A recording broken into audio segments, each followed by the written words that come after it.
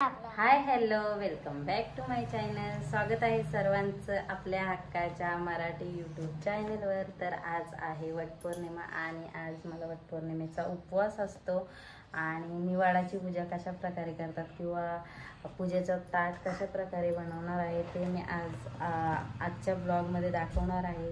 आणि आत्ता खरं तर मी बऱ्याच दिवस ब्लॉग बनवलेच नाही, पण आज वटपौर्णिमा असल्यामुळे ब्लॉग बनवते.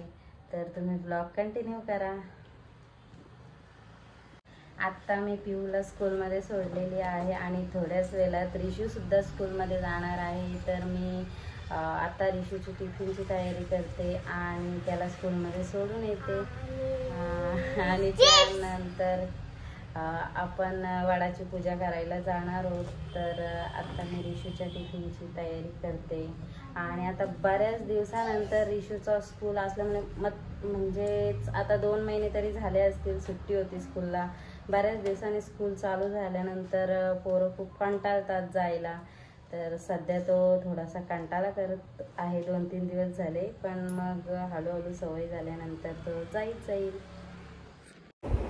फायनली आत्ता माझं मुलांना स्कूलमध्ये सोडून झालेलं आहे, दोघांना पण. तर आता मी जाऊन येते वडावर आणि वडावर जाण्यासाठी आत्ता मी आरतीचा ताट रेडी करते. तर माझ्या पद्धतीने म्हणजे मी ज्या प्रकारे आरतीचा ताट रेडी करते त्या पद्धतीने तुम्हाला मी दाखवते. प्रत्येकाची पद्धत प्रत्येकाच्या ठिकाणानुसार वेगवेगळी असते, पण माझ्या पद्धतीने मी ज्या प्रकारे करते त्या प्रकारे तुम्हाला आता दाखवते. तर मी आता घेतलेला आहे आरतीचा ताट आणि त्या ताटामध्ये मी घेतलेले थोडे तांदूळ, त्यानंतर मी घेतलेले थोडे हळद आणि मग मी घेतलेला आहे तो तुपाचा दिवा, म्हणजेच गाईच्या तुपाचा दिवा घेतलेला आहे. आणि त्यानंतर आता घेते कुंकू थोडा.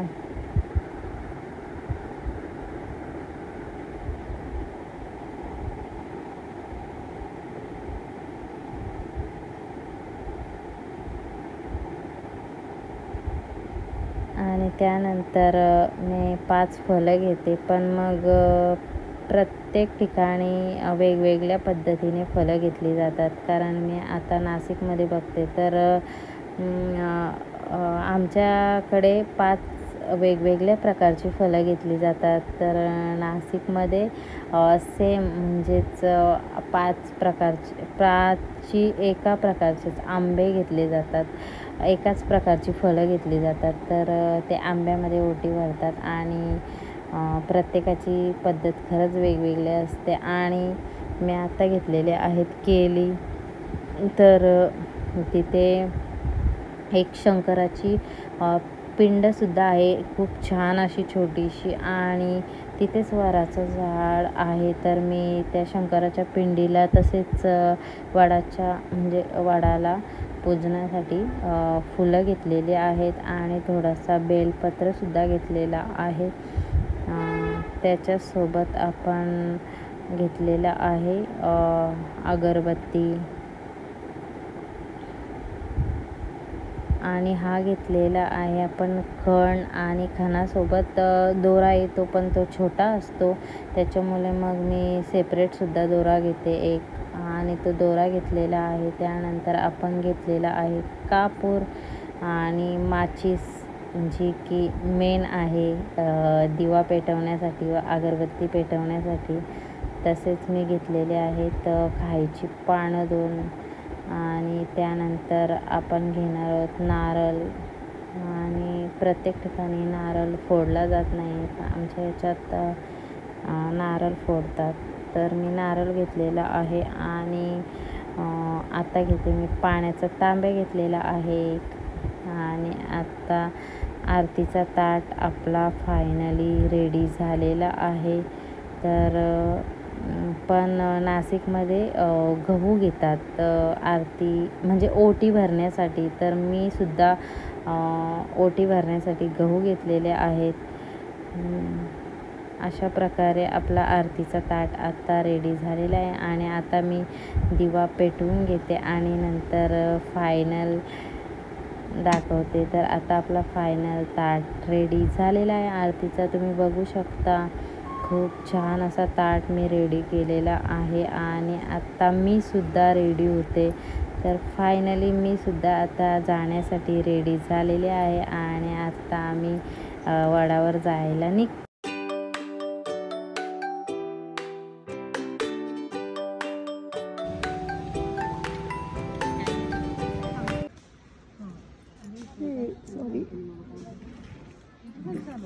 आधी पण काढला ना मी स्लो मोशन.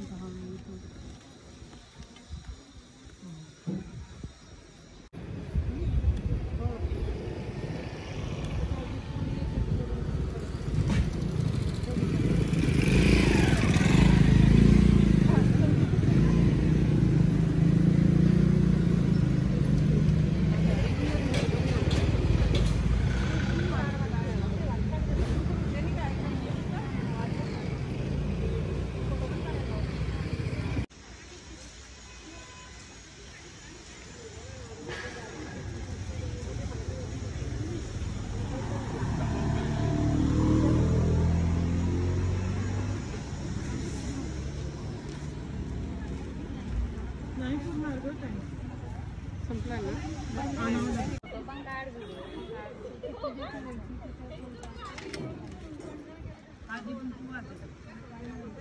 दोन्ही पण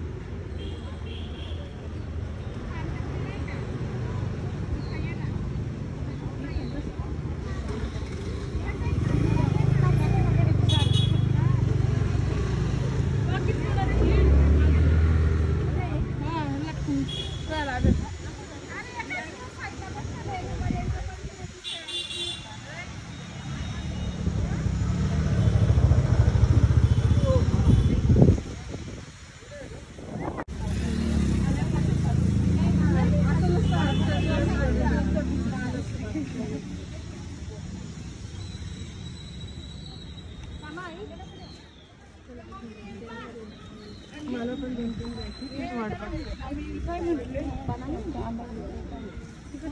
समोसा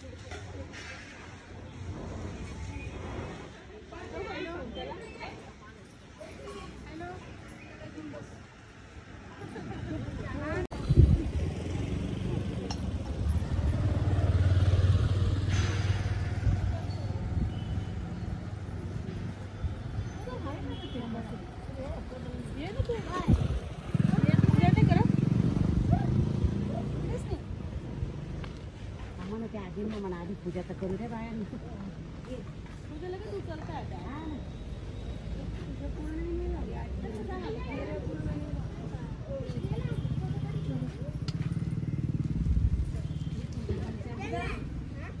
ऑरेंज कलर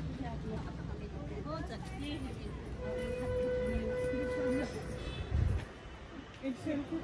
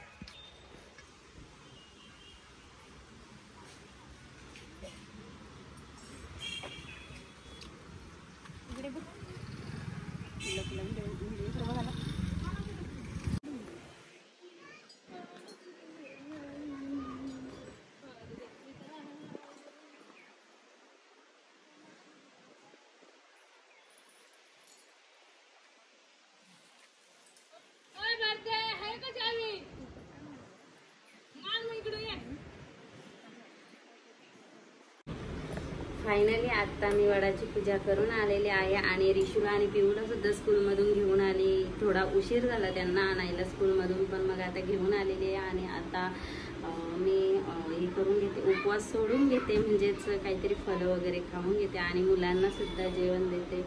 तर खरंच खूप मजा आली.